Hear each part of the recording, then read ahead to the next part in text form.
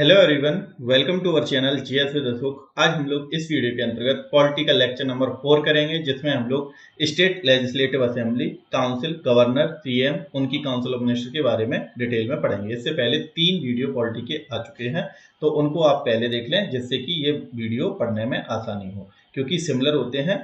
जो हमारा पार्लियामेंट का स्ट्रक्चर है और स्टेट का स्ट्रक्चर है, लगभग सिमिलर होते हैं। इस वजह से आप पुरानी वीडियो देख लें, जिससे कि ये वीडियो आपको आसानी से समझ में आ जाए। तो स्टार्ट करते हैं वीडियो को।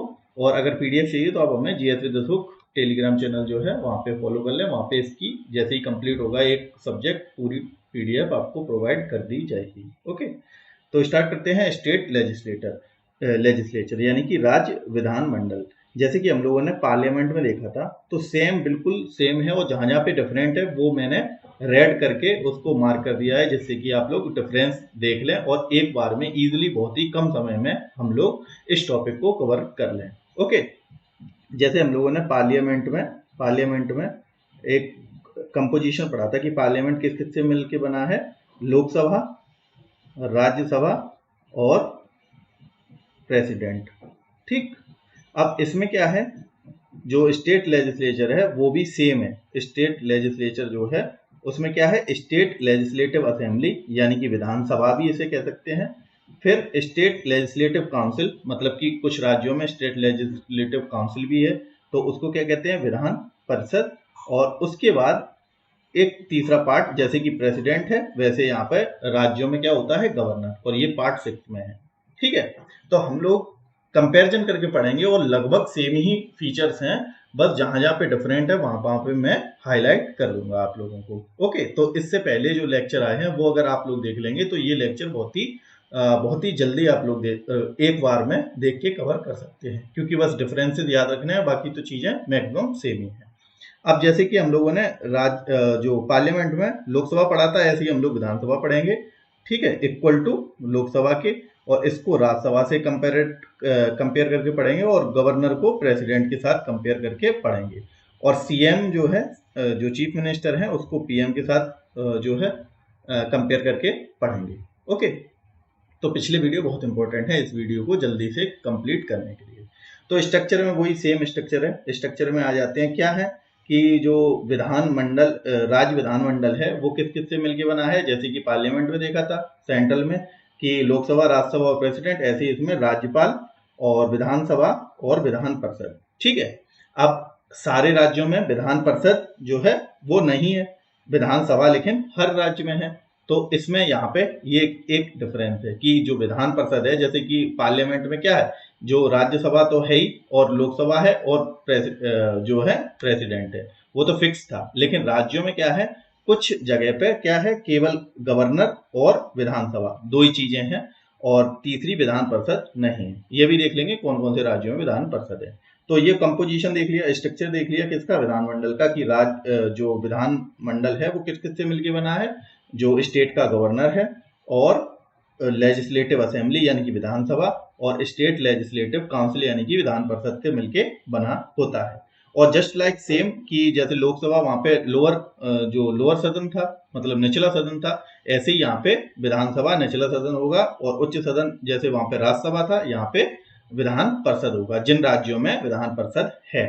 ओके, अब इसके बाद, अब जिन राज्यों में, ये नीचे लिखा भी है, जिन राज्यों में क्या है, अगर जिन राज्यों में केवल विधानसभा है, क्योंकि विधान परिषद जो है हर राज्य में नहीं है, तो विधानसभा है, उन्हें क्या कहेंगे, यूनिकैमरल लेजिस्लेचर कहा जाएगा, कि वहां पर एक सदनीय व्यवस्था है।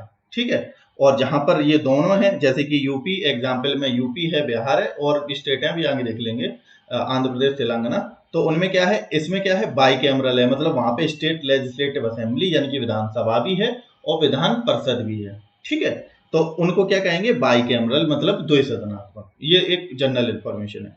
फिर उसके बाद, अब जैसे कि हम लोगों ने ये चीज कंपैरिजन कर ली कि जो है पार्लियामेंट में और स्टेट लेजिस्लेचर में ये कंपैरिजन कर लिया, कि ऐसे कंपैरिजन करके पढ़ेंगे। तो आर्टिकल में भी हम लोग लगभग ऐसे ही कंपैरिजन करके पढ़ेंगे। ठीक है, अब कंपैरिजन में क्या होगा, जैसे कि मान लो कोई भी आर्टिकल है, अगर उसमें 89 हम लोग जोड़ देंगे, तो क्या वो स्टेट के आर्टिकल आ जाएंगे। ठीक, आगे देखेंगे इस चीज को। तो अब संबंधित आर्टिकल क्या है, ये पार्ट 6 में सबसे पहले तो दिया हुआ है स्टेट लेजिस्लेचर, जिसमें आर्टिकल 168 से 212 तक आते हैं, जिसमें कि राज्य विधानमंडल व्यवस्था दी गई है और इसमें ही सारे क्या हैं, संरचना, कार्यकाल, सारी चीजें दी गई हैं। तो ठीक इतना याद रखना है कि पार्ट 6 में ये चीज दी गई है और आर्टिकल इससे संबंधित है 164 से है 168 और टू 12 तक, मतलब टोटल 212 तक के इस पार्ट में दिए गए हैं आर्टिकल। ठीक है, अब जो बाई कैमरल जो है, जहां जहां पे ऐसे राज्य जहां जहां पर द्विसदनात्मक व्यवस्था है। ठीक है, मैंने बताया कि विधानसभा हर राज्य में नहीं है, भारत में 28 राज्य हैं, तो 28 जो राज्य ऐसे नहीं है जहां पर विधान परिषद है, उसमें से केवल 6 राज्य ऐसे हैं जहां पर द्विसदनात्मक व्यवस्था है। जैसे कि कौन कौन से वो 6 राज्य हैं, यूपी, बिहार और महाराष्ट्र, कर्नाटक, आंध्र प्रदेश और तेलंगाना। ठीक है, आंध्र प्रदेश और तेलंगाना, महाराष्ट्र, कर्नाटक और उत्तर प्रदेश, बिहार। ठीक है, तो ये सारे राज्य जो हैं वो क्या हैं, जहां पे दो सदनात्मक व्यवस्था है, यानी कि यहाँ पर स्टेट लेजिस्लेटिव असेंबली है और स्टेट लेजिस्लेटिव काउंसिल है। ठीक, ये पॉइंट याद रखना। अब याद रखने का ये है कि यूपी के बगल में क्या है, बिहार, और महाराष्ट्र के नीचे क्या है, कर्नाटक, और आंध्र प्रदेश और तेलंगाना। ठीक, अगर भारत का मैप आप लोग देखें तो ऐसे याद कर लें, बाकी बहुत सारी ट्रिक्स हैं, आप लोग जहां से भी पढ़ते हैं वहां से आप लोग याद कर सकते हैं। ठीक है, तो ये याद होना चाहिए। फिर ये पॉइंट याद रखने का है कि तमिलनाडु में पहले विधान परिषद थी और जो 1986 में है वहां पे क्या हो गया, वहां पे इसको खत्म कर दिया गया। और जम्मू कश्मीर हम लोग जानते हैं, जम्मू कश्मीर जो 31 अक्टूबर को जो राज्य यूनियन टेरिटरी में कन्वर्ट हो गया, तो क्या हो गया, वहां पे जो है विधान परिषद को एबॉलिश कर दिया गया, यानी कि खत्म कर दिया गया। कब, 2019 में। अब यहां से हमें एक बात ये पता चली कि जैसे कि राज्यसभा तो परमानेंट हाउस था और उसे खत्म नहीं किया जा सकता, मतलब उसे अबॉलिश नहीं किया जा सकता, परमानेंट हाउस था। और अपर हाउस जिसे कहते थे, हाउस ऑफ एल्डर्स कहते थे, मतलब उसे खत्म नहीं किया जा सकता। अब यहाँ पे ये अंतर बस ये है कि जो विधान परिषद है, विधान परिषद हम लोग इक्वल करके पढ़ रहे हैं राज्यसभा के साथ में, तो यहाँ पे ये अंतर है कि राज्यसभा को एबॉलिश कुछ नहीं किया जा सकता, लेकिन जो विधान परिषद है उसको बनाया और हटाया भी जा सकता है। ठीक है, जैसे कि हम लोगों ने एग्जाम्पल में देख लिया 1986 में तमिलनाडु में और 2019 में जम्मू कश्मीर से हटाया गया, विधान परिषद को खत्म कर दिया गया। और ये सब होता कहाँ पे, कौन से आर्टिकल में लिखा है, आर्टिकल नंबर 169 के अंतर्गत। ठीक, अब आगे लिखा भी है ये चीज कि अब ये तो क्लासिफिकेशन हो गया कि विधान परिषद क्या है, ये हम लोग राज्यसभा में भी देख लिया, तो Vidhan Parishad equal to Rajya Sabha, same चीज है, upper house, second chamber, house of elders कहा जाता है। और इसमें चुनाव जैसे वहां पे कैसे थे, इनडायरेक्ट वे में चुनाव करते थे।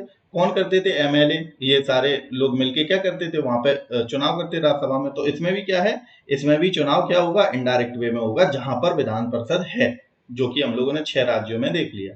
फिर उसके बाद विधानसभा क्या है, वही सेम लोकसभा की तरह लोअर हाउस है और फर्स्ट चैम्बर है और पॉपुलर हाउस है, और इसमें हम लोग डायरेक्ट वोट करेंगे, मतलब इसके जो मेंबर होंगे विधानसभा के, स्टेट लेजिस्लेटिव असेंबली के जो मेंबर होंगे, उनको चुनने के लिए हम लोग डायरेक्ट वोट करते हैं। ठीक है, हर राज्य में विधानसभा के चुनाव होते हैं। ठीक, तो विधान परिषद जस्ट लाइक राज्यसभा और विधानसभा जस्ट लाइक आर्टिकल नंबर 80 यानी कि लोकसभा। ओके, अब विधान परिषद में और राज्यसभा में क्या अंतर है, अब डिफरेंस यहाँ पे देख रहे हैं, तो ये चीज बस याद रखनी है आपको कि राज्यसभा जो है वो परमानेंट हाउस था और स्टेट लेजिस्लेटिव असेंबली जो है और स्टेट लेजिस्लेटिव काउंसिल।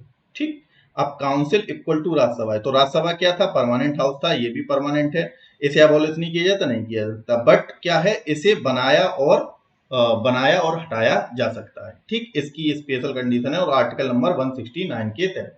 अब इसका प्रोसीजर क्या है, अगर किसी भी राज्य में स्टेट लेजिस्लेटिव काउंसिल बनानी है तो उसकी कंडीशनें क्या है, 3 कंडीशन है। क्या क्या, सबसे पहले तो क्या है, उस राज्य में जो है मिनिमम जो है विधानसभा में सीट है, यानी कि कोई राज्य मान लेते हैं, ए कोई राज्य है। ठीक, जैसे मान लो यूपी का एग्जाम्पल ले लेते हैं। ठीक, तो यूपी में कितनी विधानसभा की सीटें हैं, विधानसभा की 403 सीटें हैं। ठीक, ये तो है सबसे ज्यादा उत्तर प्रदेश में। लेकिन अगर कोई राज्य में विधान परिषद बनने की एलिजिबिलिटी क्या है कि कब बन सकती है वहां पे विधान परिषद, तो सबसे पहले एलिजिबिलिटी में क्या होता है कि वहां पे मिनिमम, जैसे कि यूपी में तो सबसे ज्यादा ही है विधानसभा की, तो उसमें विधानसभा की मिनिमम कितनी सीटें होनी चाहिए, 120 सीटें होनी चाहिए मिनिमम।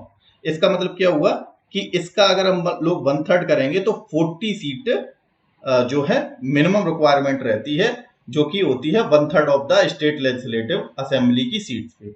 अब इसका ये भी अगर आप लोग ऐसे भी याद रख सकते हैं कि मिनिमम सीटों की रिक्वायरमेंट कितनी है, 120, या 1/3 ऑफ द, या सेकंड ऑप्शन क्या याद रख सकते हैं, 1/3 of the state legislative assembly seats. ये एलिजिबिलिटी है, तब वहां पे क्या हो सकता है, विधानसभा बनने के लिए वो राज्य एलिजिबल है। ठीक, पहली कंडीशन तो यही है। फिर एलिजिबल, अगर एलिजिबिलिटी हो गई मतलब उसमें क्या है, या तो मिनिमम उसकी स्टेट लेजिस्लेटिव असेंबली की 1/3 सीट है, मतलब कि 40 सीटें मिनिमम वहां पे हैं, या क्या है, मतलब ये चीज है, ये कंडीशन फुलफिल होगी, तब आगे कैसे बनेगा, तब ये है कि जो स्टेट लेजिस्लेचर है, मतलब स्टेट लेजिस्लेटिव असेंबली है उस राज्य की, वहां पे बिल पास करना पड़ेगा उस विधान परिषद को बनाने के लिए। आर्टिकल 169 के तहत ये चीज लिखी हुई है कि स्पेशल मेजोरिटी से उस बिल को पास करना पड़ेगा स्टेट लेजिस्लेटिव असेंबली से। फिर उसके बाद ये बिल जाएगा कहाँ पे, पार्लियामेंट में जाएगा। ये बिल जाएगा कहाँ पे, हमारे केंद्र में पार्लियामेंट में जाएगा, और लोकसभा और राज्यसभा दोनों से पास होके कौन सी मेजोरिटी, वहां पे होगी सिंपल मेजोरिटी। तो ये पॉइंट आपको याद रखने हैं कि वहां पे क्या होगी, सिंपल मेजोरिटी से पास होगा। और जो स्टेट लेजिस्लेटिव असेंबली है, मतलब जो जिस राज्य में उसे बनाना है, स्टेट लेजिस्लेटिव काउंसिल को बनाना है, उस राज्य की विधानसभा में वह स्पेशल मेजोरिटी यानी कि 2/3 के बहुमत से पास करना पड़ेगा बिल। फिर ये पार्लियामेंट में जाएगा, और पार्लियामेंट के दोनों हाउस से जो है एक मतलब 1/2 + 1 मतलब 50% + 1 सीटों से ये पास करना पड़ेगा, यानी कि सिंपल मेजोरिटी से पास करना पड़ेगा। ठीक है, तो तब ये जो है स्टेट लेजिस्लेटिव काउंसिल को बनाया जा सकता है। ठीक, और इसी में अबॉलिश किया जाता है, इसी आर्टिकल के तहत में। अब ये चीज आगे लिखी है, ये थोड़े से नंबर हैं जो आपको याद रखने हैं, जैसे कि विधानसभा सीटों का जो है वो नंबर दिया गया, कहाँ पे कितनी विधानसभा सीटें हैं, और मिनिमम रिक्वायरमेंट कितनी होती है, मतलब मिनिमम कितने सदस्य हो सकते हैं किसी विधानसभा में, और मैक्सिमम कितने सदस्य हो सकते हैं। तो ये आंकड़ा आपको याद रखना है कि मिनिमम 60 में मेंबर है, और मैक्सिमम जो है विधानसभा में कितने मेंबर हो सकते हैं, 500 सदस्य संख्या हो सकती है। ठीक, जिसमें कि सबसे ज्यादा कहाँ पे है, हम लोग जानते हैं हमारा जो प्रदेश है उत्तर प्रदेश, उसमें सबसे ज्यादा विधानसभा की सीटें हैं कितनी, 403, और सबसे अधिक जनसंख्या भी है, क्योंकि ये अकॉर्डिंग टू जनसंख्या के आधार पर भी भिन्न होती है। ये हम लोग अभी जब डिलिमिटेशन देखेंगे तब भी उसमें ये भी बताया कि जनसंख्या के आधार पर जो है सीट जो विधायक हैं उनका जो है अलॉट किया जाती हैं सीटें। तो क्या है, सबसे ज्यादा जनसंख्या भी है यूपी की, तभी क्या है उत्तर प्रदेश में सबसे ज्यादा विधानसभा की जो है क्या है मेंबर्स की सीट्स हैं। तो मतलब 403 सदस्य हैं हम लोगों की विधानसभा में। फिर उसके बाद पश्चिम बंगाल में है, फिर सिक्किम में 32 हैं। अब ये मिनिमम रिक्वायरमेंट से भी कम है, तो कुछ राज्यों में क्या है मिनिमम सीमा तय कर दी गई है, क्योंकि वहां पे पॉपुलेशन बहुत कम है, इस वजह से वहां पर जो 60 जो मिनिमम मेंबर की रिक्वायरमेंट थी स्टेट लेजिस्लेटिव असेंबली में, वो 30 कर दी गई है। जैसे कि राज्य है पौंडचेरी है, और ये सिक्किम है, और ये हमारा गोवा है, इनमें ये चीजें हैं। और ये सीटें लिखी हुई हैं, ये आप लोग याद कर लेना मिनिमम कितनी कितनी सीटें हैं। जैसे नागालैंड में 40 सीटें हैं, मिजोरम में 40 हैं, ये सारी सीट्स हैं। ये थोड़ा फैक्चुअल है, आप लोग याद कर लेना। अब इसमें क्या है, स्टेट लेजिस्लेटिव असेंबली में अब चुनाव प्रक्रिया, अब जस्ट लाइक सेम, ठीक जैसे कि लोकसभा में हमने देखा था, ऐसे ही हम लोग विधानसभा में की डायरेक्ट जो है चुनाव है। अब ये तो हटाई दिए गए, जैसे उसमें क्या थे, उसमें 2 मेंबर को जो है प्रेसिडेंट क्या करता था, नॉमिनेट करता था, इसमें एक तो ये हटा दिया गया है। ठीक है, 104वां संविधान संशोधन के द्वारा ये चीज हटा दी गई है, तो ये तो हटा दिए गए। तो इसमें क्या होता है, चुनाव प्रक्रिया डायरेक्ट है। आरक्षण SC ST के लिए आरक्षण है, जैसे कि लोकसभा में था। ठीक, और जनसंख्या के अनुपात के आधार पर टर्म वही सेम 5 साल का, और कार्यकाल राज्यपाल आवश्यकता होने पर कार्यकाल पूरा होने से पहले विधानसभा को बंद कर सकता है। जैसे कि अगर बहुमत नहीं है, जैसे कि हम लोग पिछले वीडियो में देख चुके हैं, लोकसभा में अगर बहुमत नहीं है तो क्या है, प्रेसिडेंट हाउस को डिसॉल्व भी कर सकता था। ऐसे ही यहाँ पे राज्यपाल कर सकता है विधानसभा को डिसॉल्व।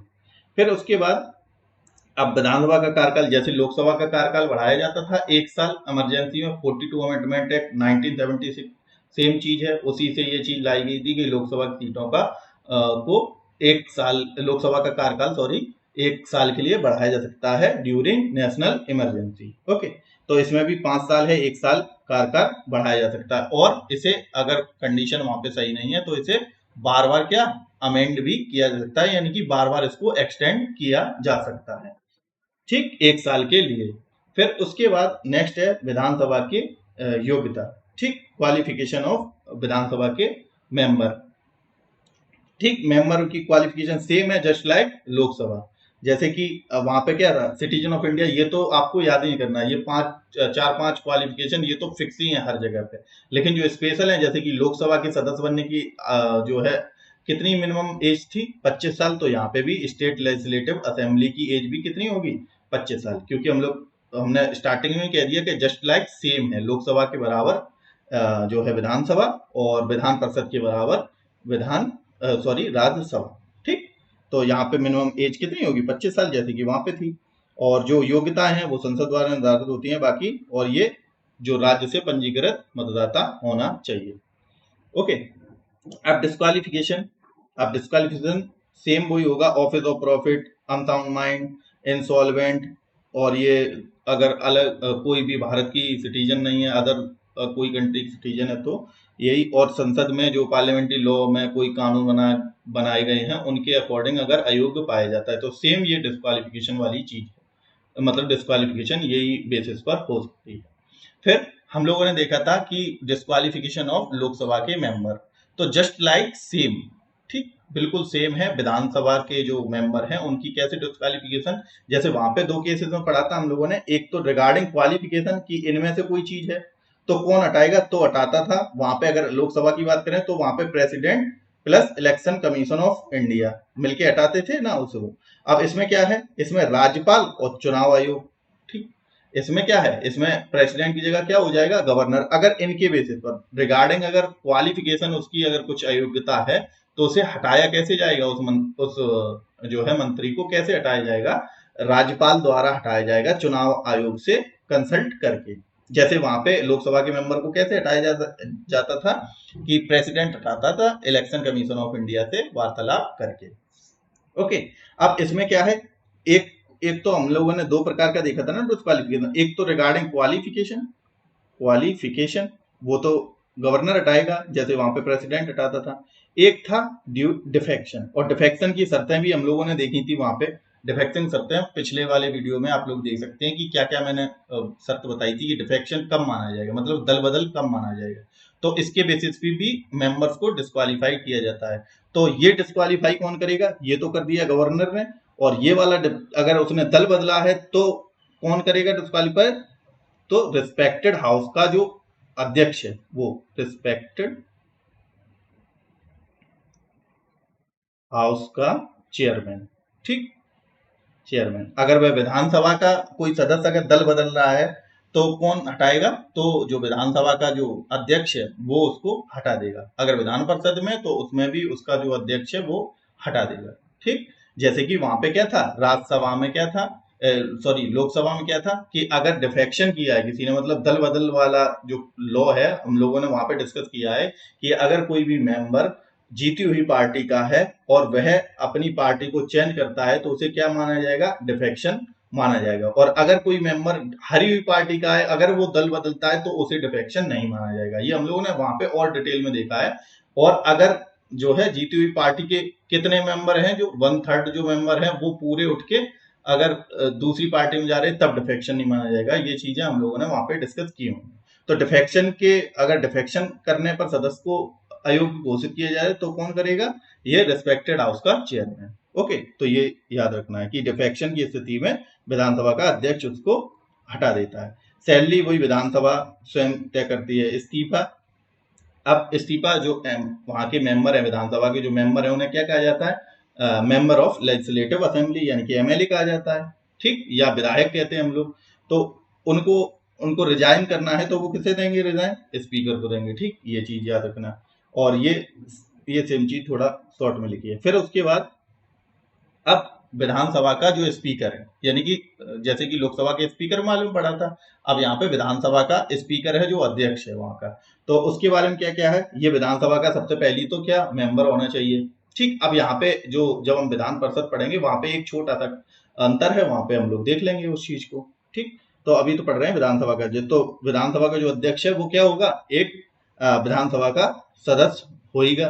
ठीक, विधानसभा का सदस्य होना चाहिए। फिर इलेक्शन में पार्टिसिपेट नहीं करता, सेम कंडीशन है, सेम एकदम एक्चुअल, कि इसमें क्या है, विधानसभा के सदस्यों में से चुना जाता है कौन, विधानसभा का अध्यक्ष। अब इसकी प्रोसीजर हम लोगों ने देख लिया था, ये प्रोटेम स्पीकर वाला, क्या कि सबसे पहले अगर कोई भी पार्टी चुनाव जीत के आती है, कहाँ पे, अपने विधान मंडल की पढ़ रहे हैं तो विधानमंडल में आई, फिर उसके बाद सबसे पहले यहाँ पे कौन मीट करेगा, जैसे वहां पे प्रेसिडेंट करता था, यहाँ पे गवर्नर मीट करेगा।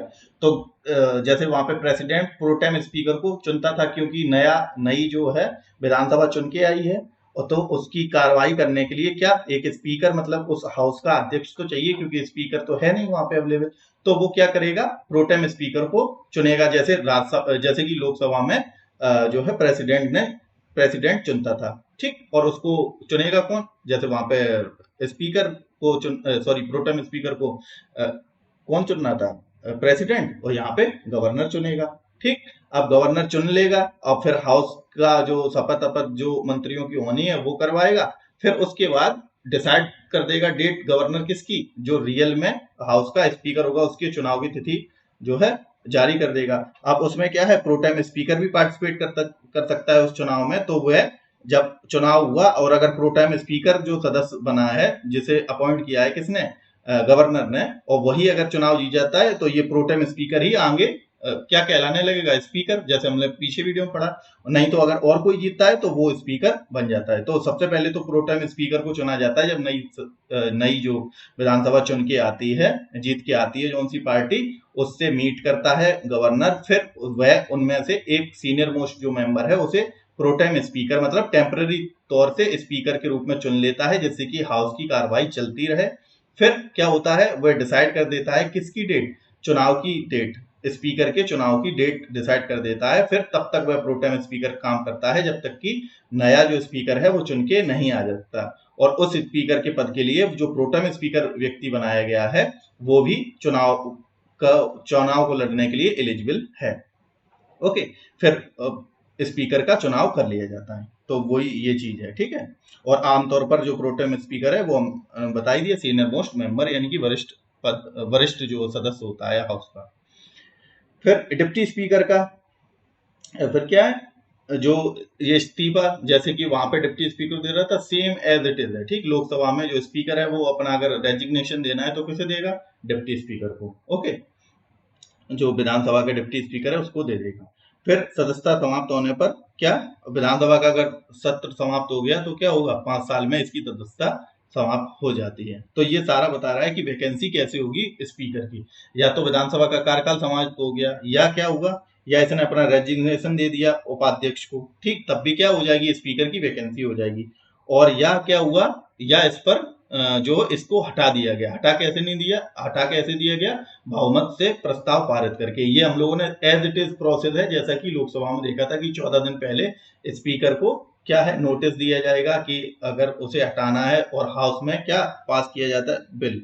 ठीक है, और ये इसमें सेम प्रोसेस है, नोटिस दिया जाता है सबसे पहले स्पीकर को। फिर इस दौरान क्या होता है, जो उपाध्यक्ष है यानी कि डिप्टी स्पीकर के ऊपर महाभियोग चल रहा है, मतलब उसे हटाने की प्रक्रिया चल रही है स्पीकर को हटाने की।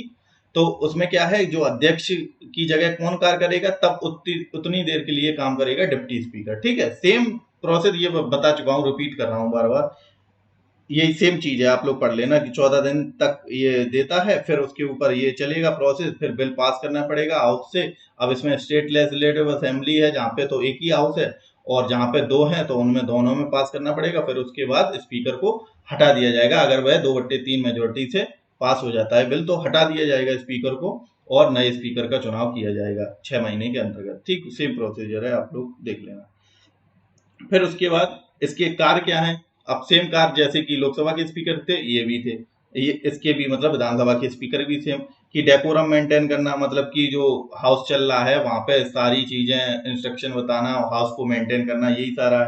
कोरम ना होने पर बैठक को स्थगित करना, सेम जैसे कि उनका काम भी सेम था लोकसभा के स्पीकर का, ऐसी विधानसभा के स्पीकर का काम है कि कोरम मतलब कि मिनिमम रिक्वायरमेंट जो सदन को चलने के लिए सदस्यों की होती है उसे क्या कहा जाता है, कोरम।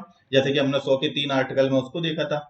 अब इसमें क्या है, इसमें भी अगर कोरम पूरा नहीं है तो हाउस नहीं चलेगा, यानी कि क्लास में अगर बच्चे ज्यादा नहीं है, मतलब मिनिमम बच्चों की जो रिक्वायरमेंट है वो फुलफिल नहीं कर रही है, मतलब कि 1/10 होता है। जैसे कि कोरम क्या होता है, जनरली 1/10 होता है, 1/10 of the house of the, मतलब कि टोटल मेंबर का 1/10 अवेलेबल होने चाहिए तब हाउस चल सकेगा। अगर इतने नहीं है तो कोरम पूरा नहीं है, मतलब तब क्या करेगा, जो लोकसभा का या विधानसभा का स्पीकर जो है वो हाउस को स्थगित कर सकता है। ठीक, तो ये भी इसकी पावर है।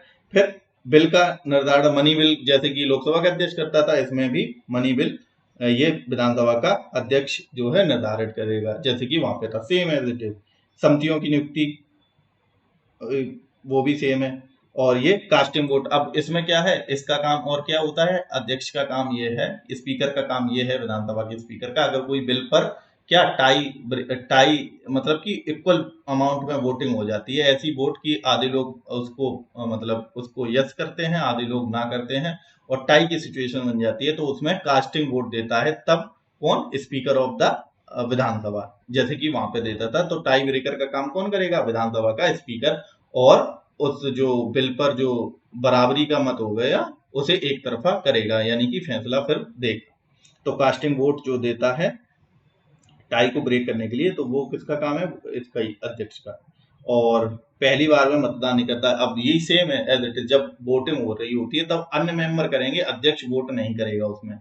अब फिर क्या हो गया, अगर मान लो इक्वल वोट हो गए, हाँ और ना के बराबर मत हो गए, तो टाई ब्रेकर का काम तब करेगा कौन, हाउस का जो अध्यक्ष है, तब वो ये वोट करेगा अपना, और उसे निर्णायक फैसले के रूप में सुनाएगा। ठीक, ये कोरम की संख्या है सेम। ठीक, गोवा सिक्किम में मिनिमम रिक्वायरमेंट 10 सदस्य है, 1/10 तो नहीं, लेकिन उसमें मिनिमम 10 सदस्य आवश्यक हैं, ये फिक्स है। फिर उसके बाद डिप्टी स्पीकर, अब एज इट इज है जैसा डिप्टी स्पीकर ऑफ लोकसभा था, सेम। ठीक, अगर अध्यक्ष उपस्थित नहीं है तो विधानसभा का उपाध्यक्ष जो है वो काम करेगा उसकी जगह पे, स्पीकर की जगह पे डिप्टी स्पीकर कार्य करेगा, वही सेम कार्य उपाध्यक्ष विधानसभा के सदस्य। फिर अध्यक्ष की अनुपस्थिति में उपाध्यक्ष का कार्य करेगा। उपाध्यक्ष का चुनाव विधानसभा के अध्यक्ष के द्वारा कराया जाता है। यही सेम जैसे कि हम लोगों ने वहां पे पढ़ा था कि लोकसभा का जो स्पीकर है वो चुनाव कराता है लोकसभा के डिप्टी स्पीकर का। ठीक, लेकिन लोकसभा का जो स्पीकर है उसका चुनाव कौन करवाता है, प्रेसिडेंट। ठीक, प्रेसिडेंट डेट डिसाइड करता है, और जो डिप्टी स्पीकर था उसकी डिसाइड कौन करता था, speaker of the Lok Sabha date. ऐसे ही यहाँ पे सेम कि उपाध्यक्ष के चुनाव विधानसभा के अध्यक्ष द्वारा किया जाता है। फंक्शन सेम, रेजिग्नेशन ये अध्यक्ष देगा और अध्यक्ष उपाध्यक्ष को देगा। जैसे वहां पे था लोकसभा का जो अध्यक्ष है वो रेजिग्नेशन किसको देगा, अपने डिप्टी स्पीकर को, और डिप्टी स्पीकर स्पीकर को, यानी कि अध्यक्ष उपाध्यक्ष को, उपाध्यक्ष अध्यक्ष को। अब वैकेंसी यही सेम है कि कार्यकाल समाप्त, इस्तीफा दे दे या उसे हटा दिया जाए। ठीक, रिमूवल सेम है, वही 14 दिन वाला। फिर उसके बाद लेजिस्लेटिव काउंसिल, अब विधानसभा पढ़ लिया, अब देखते हैं लेजिस्लेटिव काउंसिल, यानी कि विधान परिषद, जहां जहां पे जौन से राज्यों में। अब इसे बनने के लिए ये चीज हम लोग अभी स्टार्टिंग में देख लिए थे कि मिनिमम रिक्वायरमेंट कितनी चाहिए, 40 सदस्य, 40 मतलब 40 मेंबर चाहिए मिनिमम। किसमें 40 मेंबर चाहिए, स्टेट जो है इसे बनाने के लिए, तो मतलब कि स्टेट लेजिस्लेटिव असेंबली में कितने मेंबर होने चाहिए, 120 मिनिमम मेंबर होने चाहिए। तभी तो लिखा है कि विधानसभा सदस्य का 1/3, मतलब इसका 1/3 करेंगे तभी तो मिनिमम रिक्वायरमेंट जो सदस्यों की है वो 40 आएगी, यानी कि विधान परिषद में 40 सदस्य तो मिनिमम होनी चाहिए। और ये कैसे हो, ये स्टेट लेजिस्लेटिव जो असेंबली है उसकी 1/3 संख्या होती मिनिमम। और उत्तर प्रदेश की जो विधान परिषद है उसमें कितने सदस्य हैं, 100 सदस्य हैं। और विधानसभा में कितने सदस्य हैं, 403। ठीक, तो 403 किसमें, विधानसभा में है। विधान परिषद में कितने हैं, जो है 100 है। अगर लोकसभा में उत्तर प्रदेश की सीट देखी जाए तो वो कितनी है, 80, और राज्यसभा में देखी जाए तो 31। ओके, तो ये इतनी चीजें हैं उत्तर प्रदेश के बारे में। बाकी अब इलेक्शन प्रोसीजर वही है कि विधानसभा में देख लिया हमने लोकसभा की तरह, अब इसमें देखेंगे राज्यसभा की तरह कि इलेक्शन प्रोसीजर क्या है। उसमें भी क्या था, इनडायरेक्ट, इसमें भी इनडायरेक्ट है। अब इसमें जो सदस्यों का चुनाव है ये जरूर आपको याद रखना है, सदस्यों का चुनाव मतलब कि उनके मेंबर कहाँ से आते हैं, विधान जो परिषद है उसके मेंबर कहाँ कहाँ से चुन के आते हैं, इनका रेशियो क्या क्या है ये जरूर पूछा जाता है। तो टोटल मेंबर 1 है। ठीक, मान के चलते हैं इसमें कैसे आते हैं, टोटल मेंबर 1 है। अब इसका हम लोग 1/6 मेंबर, एक नहीं चलो 100 मान लेते हैं। आप लोग अगर मैथ के बैकग्राउंड के नहीं है तो आपको दिक्कत होगी।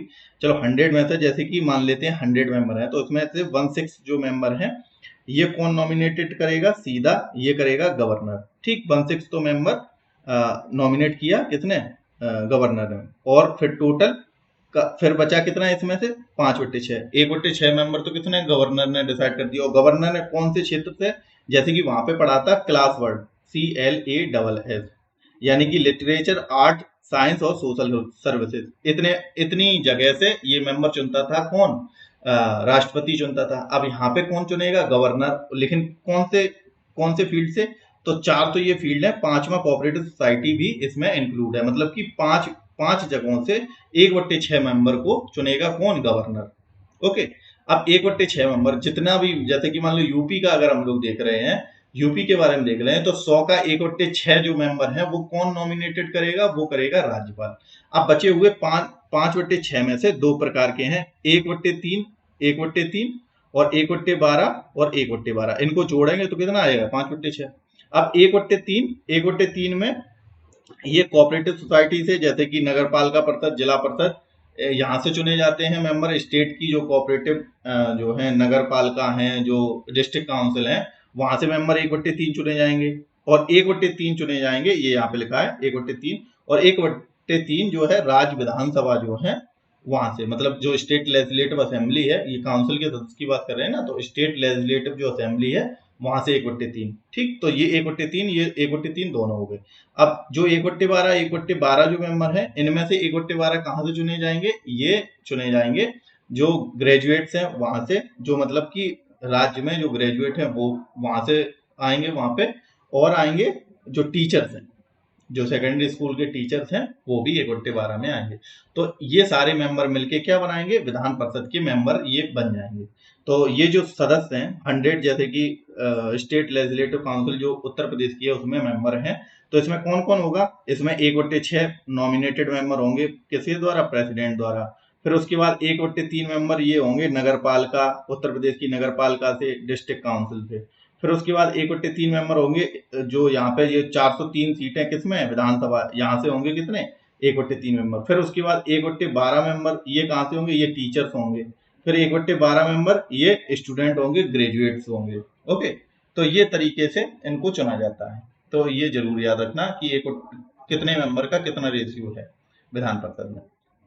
फिर सेम राज्यसभा में क्या था कि इसका कार्यकाल कितना था, राज्यसभा कार्यकाल 6 था, बट हर 2 साल में 1/3 मेंबर रिटायर होते थे। यहाँ पे भी सेम है, या 6 साल कार्यकाल, स्थायी सदन है, और यहाँ पे 1/3 मेंबर हर 2 साल में सेवानिवृत्त होंगे और उन्हें पुनः निर्वाचित हो सकते हैं। जैसे कि वहां पे भी देखा था कि जो क्या रिटायर हुए मेंबर वो दोबारा भी चुन के आ सकते हैं। ओके, फिर उसके बाद मिनिमम एज की क्वालिफिकेशन, जैसे कि राज्यसभा में हम लोग देखा था कितना था, 30, यहाँ पे भी 30।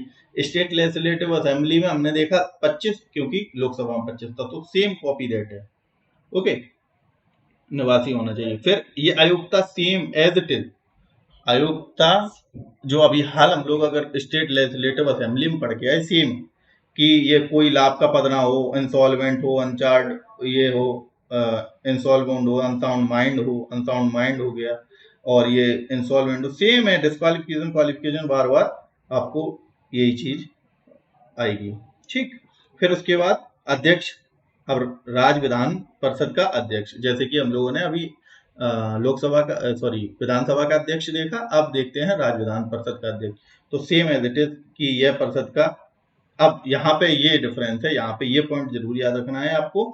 जैसे कि हम लोगों ने राज्यसभा में देखा था कि राज्यसभा में क्या था कि जो वाइस प्रेसिडेंट है वो क्या है, ex officio chairman of Rajya Sabha है। मतलब कि ये उसका ड्यूटी है, आर्टिकल नंबर 163 के अंतर्गत 63 के अंतर्गत ये चीज दी गई थी कि जो है राज्यसभा का जो अध्यक्ष है, 64 में ये चीज दिया गया है। 63 में वाइस प्रेसिडेंट के बारे में दिया है, और 64 में दिया गया है कि जो वाइस प्रेसिडेंट है वो क्या होगा, ex officio chairman of Rajya Sabha होगा। लेकिन ऐसा यहाँ पे नहीं है। यहाँ पे क्या है, यहाँ पे कोई जो है डिप्टी गवर्नर तो है नहीं, गवर्नर है केवल। तो यहाँ पे क्या है कि जो सदस्य, जो अध्यक्ष होगा राज्य विधान परिषद का, वो क्या होगा, उस उस जो परिषद है उसका सदस्य होगा, मतलब कि जो मेंबर है, मेंबर ही क्या, मेंबर में से चुन के क्या बन जाता है, अध्यक्ष एक बन जाता है। तो इसमें ये डिफरेंस है। उसमें क्या, उसमें राज्यसभा में क्या था, उसका अध्यक्ष कौन था, वाइस प्रेसिडेंट था। इसमें ऐसा नहीं है। तो ये पॉइंट आपको याद रखना है कि वह परिषद का सदस्य होना चाहिए। और ये परिषद सदस्यों में से चुना जाता है, मतलब कि जो मेंबर है विधान परिषद के उसी में से चुन के अध्यक्ष बना दिया जाता है। और डिप्टी चेयरमैन का भी चुनाव होता है, जैसे कि वहां पे डिप्टी स्पीकर था विधानसभा में, यहाँ पे डिप्टी चेयरमैन है। सेम ये त्याग पत्र अगर देगा तो चेयरमैन जो त्याग पत्र देगा कैसे, डिप्टी चेयरमैन को, और डिप्टी चेयरमैन चेयरमैन को, बाकी सदस्य भी चेयरमैन को। फिर ये सेम है कि अगर रिक्ति कैसे हो जाएगी, बहुमत प्रस्ताव अगर वही उसे हटा दिया जाए, कोई बिल मतलब उसको जो है महाभियोग चलाकर उसको हटा दिया जाए, या त्याग पत्र को दे दे, या उसकी सदस्यता समाप्त हो जाए, ये सारे सेम कारण हैं। 14 दिन पूर्व उसे सूचना देंगे, फिर हाउस से पास कराएंगे बिल को, और फिर अल्टीमेटली उसको हटा दिया जाएगा। यही सेम चीज है। अब यहाँ पे ये लिखा भी है नोट, राज्यसभा का अध्यक्ष वाइस प्रेसिडेंट होते हैं, लेकिन वह, और हमने देखा है कि जो वाइस प्रेसिडेंट है वो क्या है, वो कोई भी हाउस के क्या नहीं होते, मेंबर नहीं होते। ओके, लेकिन वो राज्यसभा के सदस्य बनने की योग्यता जरूर रखते हैं। ये भी कंडीशन वहां पे भी मैंने हाईलाइट कराई कि जो वाइस प्रेसिडेंट है वो ex officio chairman of Rajya Sabha है, और वो क्या किसी भी हाउस के मेंबर तो होते नहीं, ना लोकसभा के ना राज्यसभा के, वो केवल वाइस प्रेसिडेंट होते हैं। ठीक, लेकिन इसमें क्या है, इसमें जो सदस्य है, जो विधान परिषद का जो अध्यक्ष है, वो क्या है, वो उस हाउस का मेंबर भी है, इसके पास ये भी योग्यता है, मेंबर है तभी वह अध्यक्ष बना है। लेकिन वाइस प्रेसिडेंट जो है राज्यसभा का अध्यक्ष है, लेकिन वो मेंबर नहीं है किसी भी हाउस का। बट उसकी एलिजिबिलिटी में क्या आता है कि वह राज्यसभा का मेंबर बनने की योग्यता हो, जैसे कि जो प्रेसिडेंट है वो लोकसभा के मेंबर बनने की योग्यता, यानी कि प्रेसिडेंट बनने की योग्यता में अगर हम लोग देखेंगे तो एक पॉइंट ये भी आता है कि लोकसभा का मेंबर बनने की योग्यता रखता हो वही प्रेसिडेंट के लिए एलिजिबल है चुनाव के लिए। ओके, तो ये चीज, वो भी मेंबर नहीं होता, प्रेसिडेंट भी किसी हाउस का मेंबर नहीं होता, बट योग्यता रखनी चाहिए उसे, ये चीज है। हाँ, इसमें यही डिफरेंस है, इसमें जो अध्यक्ष होता है वो भी सदस्य होता है। फिर उसके बाद डिप्टी चेयरमैन, अब डिप्टी चेयरमैन के बारे में बार बार नहीं बताऊंगा, एज इट इज है वही। फिर उसके बाद अब बिल्स में देखते हैं। बिल्स में थोड़ा सा यहाँ पे डिफरेंट है, क्योंकि वहां पे हम लोगों ने बिल कौन कौन से पढ़े थे, वहां पे हम लोगों ने बिल पढ़े थे, एक तो ऑर्डिनरी बिल, एक मनी बिल, एक कॉन्स्टिट्यूशनल अमेंडमेंट बिल, एक फाइनेंशियल बिल नंबर 1, 2, इतने 5 बिल हम लोगों ने वहां पे देखे थे। आर्टिकल हम लोगों ने 107 देखा, 108, ठीक। फिर उसके बाद 110 आर्टिकल, और 117 का 1, 117 का 2, ये सारे हम लोग देख लिए। कॉन्स्टिट्यूशनल अमेंडमेंट बिल के लिए आर्टिकल नंबर 368, तो इतने हम लोगों ने वहां पे देखे थे। लेकिन यहाँ पे क्या है, यहाँ पे सबसे पहले तो बिल कितने प्रकार के हैं, 2 प्रकार के, एक मनी बिल और एक ऑर्डिनरी बिल। ओके, अब जहाँ पे यूनिकैमरल है, मतलब कि हमने बोला कि 6 राज्य में केवल बाइकैमरल है, तो और जो सारे राज्य हैं उनमें तो यूनिकैमरल ही है, मतलब कि वहां पे केवल विधानसभा ही है। तो जब विधानसभा है तो उसमें क्या होगा कि कोई भी बिल अगर आएगा तो क्या है, केवल विधानसभा में पेश किया जाएगा। अगर विधानसभा से पास हो गया तो डायरेक्ट कहाँ पे जाएगा, जैसे वहां पे प्रेसिडेंट के पास जाता था, यहाँ पे राज्यपाल के पास जाएगा और वह बिल एक्ट बन जाएगा।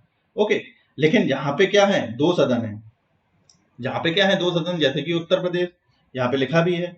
तो दोनों सदनों में क्या है, बिल को पारित करना होगा।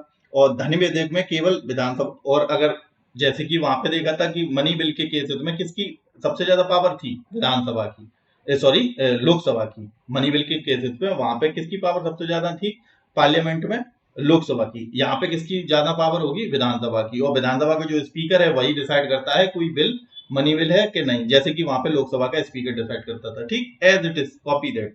तो धन विधेयक केवल विधानसभा में पेश किया जाता है, और विधान परिषद 14 दिन पर विचार कर सकता है। परिषद चाहे तो उसे सुझाव को माने ना माने, और ये अनिवार्य नहीं है कि वह उसकी जो अमेंडमेंट है, यानी कि उसके जो सुझाव है वो माने या ना माने, और ये बिल पास माना जाएगा। यानी कि धन विधेयक के केस में जो है स्टेट लेजिस्लेटिव असेंबली में, यानी कि विधानसभा में पावर ज्यादा है, वही पास कर दे। फिर वहां से काउंसिल की कोई भी सजेशन हो, वो माने ना माने, वो उस पर डिपेंड करता है विधानसभा पर। ओके, सेम है। अब ऑर्डिनरी बिल में क्या होगा, इसमें क्या है, उसमें ऑर्डिनरी बिल में क्या था, उसमें ऑर्डिनरी बिल में भी ज्यादा जो है कॉम्प्लिकेशन नहीं था। यहाँ पे देखो क्या क्या अंतर है, मेनली वो हम बताते चलेंगे साथ में, कि साधारण विधेयक को राज्य विधान परिषद विधानसभा या विधान परिषद के किसी भी सदन में पेश किया जा सकता है, जस्ट लाइक दैट, मतलब कि जैसे कि वहां पे किया जाता था। क्योंकि क्या है कि जब अगर मनी बिल की बात आती थी तो हम लोगों ने क्या बताया था कि लोकसभा में केवल प्रेजेंट होता है, ठीक। और फिर उसके बाद फाइनेंशियल बिल नंबर 1 वो भी हमने कहा था कि केवल लोकसभा में प्रेजेंट होता है। लेकिन जो ऑर्डिनरी बिल है और जो मनी फाइनेंशियल बिल नंबर 2 था, वहां पे पार्लियामेंट की बात मैं कर रहा हूँ, वहां पे क्या था, ये दोनों बिल किसी भी हाउस में आ सकते हैं, मतलब स्टार्टिंग किसी भी हाउस में आ सकते हैं। लेकिन इन दो बिल में, मनी बिल और कॉन्स्टिट्यूशन अमेंडमेंट बिल और financial bill number, sorry constitution amendment bill नहीं, और ये फाइनेंशियल बिल नंबर 1, तो ये दोनों बिल हमेशा लोकसभा ही में पहले आएंगे। ये कंडीशन वहां पे देखी थी, यहाँ पे भी यही कंडीशन है मनी बिल के केस में। यहाँ पे फाइनेंशियल बिल तो था नहीं, है नहीं, ठीक। तो यहाँ पे क्या है, यहाँ पे पढ़ेंगे हम लोग ऑर्डिनरी बिल। ऑर्डिनरी बिल जैसे वहां पे था एज इट इज यहाँ पे है कि किसी भी सदन में पेश कर सकते हैं। बट अब देखो, यहाँ जो विधानसभा विधेयक को पारित नहीं करती, विधेयक अस्वीकृत माना जाएगा। यानी कि यहाँ पे किसी भी हाउस में अगर जो है पेश किया गया बिल को, और अगर विधानसभा वहां की जो उस स्टेट की विधानसभा है वह अगर उस बिल को अस्वीकृत कर दे तो वह बिल को अस्वीकृत माना जाएगा। मतलब कि अगर उसने पारित नहीं की विधानसभा ने तो वह बिल खत्म, ठीक है, उसको अस्वीकृत मान लिया जाएगा और विधान परिषद को भेजा ही नहीं जाएगा। ओके, पहली चीज। फिर उसके बाद विधानसभा में विधेयक को पारित करके विधान परिषद को अगर भेजती है, मान लो पास करके भेज दिया, तो विधान परिषद के पास 4 विकल्प हैं। अब ये राज्य ऐसा लेके चल रहे हैं हम लोग एग्जाम्पल के तौर में कि यहाँ पे 2 हाउस हैं, यानी कि विधानसभा और विधान परिषद दोनों हैं। तो कोई भी अगर ऑर्डिनरी बिल आया, विधानसभा में आया और उसने विधानसभा ही ने पारित किया, मतलब बिल खत्म हो गया, मतलब फिर तो आगे भेजा ही नहीं जाएगा। अगर मान लो विधानसभा में बिल आया और क्या हुआ, विधानसभा ने पास करके विधान परिषद में भेज दिया, यानी कि स्टेट लेजिस्लेटिव असेंबली ने स्टेट लेजिस्लेटिव काउंसिल को बिल भेज दिया। तो अब इसके पास क्या 4 ऑप्शन है, काउंसिल के पास 4 ऑप्शन क्या क्या होते हैं। या तो उसे बिना संशोधित के पारित कर दे, यानी कि बिल आया उसने भी पारित कर दिया और गवर्नर के पास गया, साइन हो गया। और फिर गवर्नर के भी और भी रूल है, वो आगे देखेंगे। गवर्नर पास भी मतलब साइन भी कर सकता है या होल्ड भी कर सकता है प्रेसिडेंट के लिए, ये आगे देखेंगे, ठीक। तो ये चीज हो जाएगी। पहला तो है कि काउंसिल भी पास कर दे। दूसरा ऑप्शन क्या है कि ये स्टेट लेजिस्लेटिव जो काउंसिल है वो उस बिल को अस्वीकार कर दे कि नहीं, हमें मतलब उस पर सहमति नहीं जताए, उसे पास नहीं करे। या क्या करती है, या स्टेट लेजिस्लेटिव जो काउंसिल है, विधान परिषद जो है, वो क्या करे, उस बिल पर अपनी जो संशोधन करके वापस भेजते किसको, स्टेट लेजिस्लेटिव असेंबली को, ठीक ठीक है। तो विधानसभा चाहे तो उसे स्वीकार करे या अस्वीकार कर दे, ये भी उस पे जो है विधानसभा के ऊपर कि अगर उसने जो संशोधन किया है वो माने या ना माने। इसमें भी फिर क्या, या तो कोई कार्रवाई ना करे, यानी कि उसको बिल भेज दिया स्टेट लेजिस्लेटिव काउंसिल को, विधानसभा ने पास करके भेज दिया काउंसिल में, लेकिन काउंसिल ने क्या किया कि उस पर कोई कार्रवाई नहीं किया, वो बिल 3 महीने तक ऐसा ही बना रहा। तो इससे क्या हो जाएगा, अगर 3 महीने तक उसने जवाब नहीं दिया, वापस नहीं किया, तो इस केस में स्टेट लेजिस्लेटिव काउंसिल की इसमें असहमति मानी जाएगी, मतलब उसने बिल को स्वीकार नहीं किया, यही माना जाएगा। ओके, तो ये पॉइंट याद रखना 3 महीने वाला। अब फिर उसके बाद अब असहमत हो गया, ठीक, बिल क्या हो गया, असहमत हो गया कि उसने मतलब नहीं एक्सेप्ट किया। फिर क्या होगा, विधानसभा ने क्या किया, फिर दोबारा से वो बिल लाई, ठीक। अगर दोबारा से बिल लाती है विधानसभा और पास करके उसको स्टेट लेजिस्लेटिव काउंसिल को भेजती है, पहले केस में तो ये ऑप्शन मिल गए 4 काउंसिल के पास। अब सेकंड केस में क्या हुआ, विधानसभा ने मान लो वही बिल फिर दोबारा से पास करके भेज दिया, तो फिर क्या है, यदि विधानसभा संशोधन को अस्वीकार कर देती है तो परिषद विधेयक को फिर से अस्वीकार किया, ठीक है, ये छोड़ो। फिर संशोधन के साथ भेजा हुआ विधानसभा को स्वीकार नहीं करती और 1 महीने के भीतर कार्रवाई नहीं करती। अब इसका मतलब क्या हुआ कि यदि क्या है, दूसरी विधानसभा की दूसरी मंजूरी के बाद में क्या होता है, विधानसभा ने दोबारा पास करके भेज दिया, तो यदि विधानसभा संशोधन को अस्वीकार कर देती है या परिषद ने विधेयक को फिर से अस्वीकार कर दिया, ठीक, या तो काउंसिल ने उसे दोबारा मतलब दोबारा जब पास करके भेजा तब भी स्वीकार कर दिया, तो क्या हो गया, फिर उसके बाद विधानसभा संशोधन के साथ भेजा जिसे विधानसभा स्वीकार नहीं करती है या 1 महीने के भीतर कार्रवाई नहीं करती है, तो क्या होगा, अगर ये कंडीशन है तो क्या होगा, तो यह विधेयक विधानसभा द्वारा पारित रूप में ही दोनों सदनों में पारित माना जाएगा। ठीक है, तो ये कंडीशन क्या है कि संशोधन के साथ भेजा और जिसे विधानसभा ने स्वीकार नहीं करा, जो काउंसिल ने अस्वीकार किया था, और या 1 महीने के भीतर उस पर कोई भी कार्रवाई नहीं हुई, तो क्या होगा, यह विधेयक पास्ड माना जाएगा। ठीक, यहाँ पे ये बहुत स्पेशल कंडीशन है इसकी कि अगर ये कंडीशन है तो क्या होगा, विधानसभा द्वारा जो पारित रूप से विधेयक दोनों सदन से जो पारित माना जाएगा, अगर ये चीज होती है तो। दोबारा में सेकंड फेज में क्या होता है कि अगर विधानसभा भेजती है और काउंसिल उसे अगर डिनाई भी करती है, तब भी वह बिल पास माना जाएगा। ओके, तो ये बस इतना पॉइंट आप लोग याद रखें। सेकंड केस में विधानसभा द्वारा जो बिल पास करके भेजा गया है, उसमें क्या हो, चाहे वो जवाब दे चाहे ना दे काउंसिल, चाहे उसमें अमेंडमेंट करे, वो विधानसभा जो माने या ना माने, उसे पास माना जाएगा। ठीक, अब फिर उसके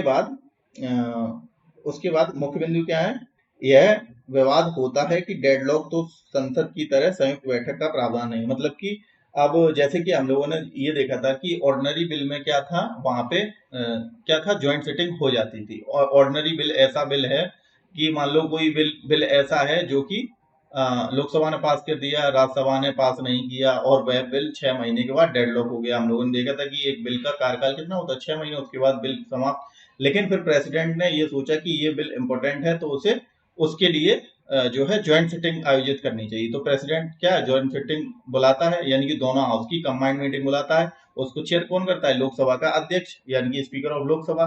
ठीक, वहां पे था। लेकिन यहाँ पे ऐसा नहीं है, अगर किसी पर सहमति हो रही है और वो इम्पोर्टेंट भी बिल है, तो यहाँ पर ज्वाइंट सिटिंग का प्रावधान ही नहीं है। तो ये पॉइंट जरूर याद रखना कि यहाँ पर क्या है, जो स्टेट्स में क्या है, कोई भी ज्वाइंट सिटिंग का प्रावधान नहीं।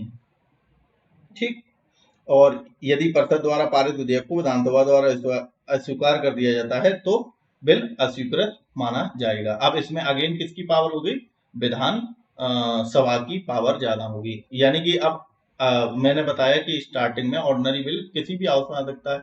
मान लो विधान परिषद ने कोई बिल पास करके जो है स्टेट लेजिस्लेटिव असेंबली यानी कि विधानसभा में भेज दिया, और इसने अगर डिनाइड कर दिया, तो बिल खारिज माना जाएगा। ओके, लेकिन सेकंड केस में, अगर यहाँ पे सेकंड केस का कुछ नहीं है, लेकिन विधानसभा से अगर विधान परिषद में गया, उसने डिनाई कर दिया, 3 महीने तक रखा रहा, तो क्या हुआ, ये बिल खत्म हो गया। फिर लेकिन विधानसभा ने क्या किया, दोबारा पास करके लाई बिल, विधानसभा ने दोबारा, ये वाली कंडीशन बता रहा हूँ, फिर क्या दोबारा भेज दिया, फिर ये चाहे उसमें अमेंडमेंट करे चाहे ना करे, और विधानसभा माने ना माने, अल्टीमेटली वह पास माना जाएगा।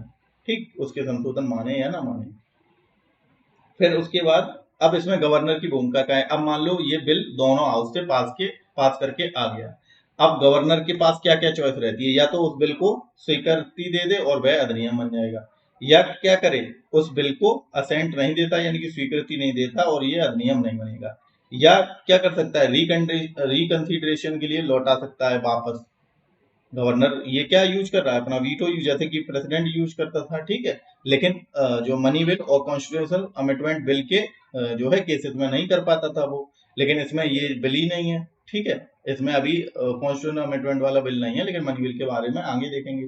तो सेम है, तो इसमें क्या है, ये वीटो यूज करके क्या कर सकता है, उस बिल को अभी दोबारा से इसको देखो, तब वह दूसरी रूप में अनिवार्य रूप से स्वीकृति देनी पड़ती है। जैसे कि वहां पे मतलब कि जब इसने रिकंसिडरेशन के लिए कोई बिल लौटा दिया स्टेट में, विधान परिषद से पास होके फिर दोबारा से आ गया, तब उसको स्वीकृति देनी पड़ेगी। पहली बार तो रिकंसिडरेशन के लिए भेज सकता है, लेकिन दोबारा में उसे साइन करने ही पड़ेंगे, जैसे कि वहां पे था। फिर आगे क्या है, एक और ऑप्शन है इसके पास एक्स्ट्रा, कि यह राष्ट्रपति के लिए स्वीकृति कर दे, मतलब कि ये बिल ले ले और ये कुछ ऊपर के तीनों ऑप्शन ना चूज करे। चौथा ऑप्शन ये है गवर्नर के पास में, कि वह उसने बोल दिया कि मैं राष्ट्रपति को दिखाऊंगा, उसके बाद उसमें पास का विकल्प होगा।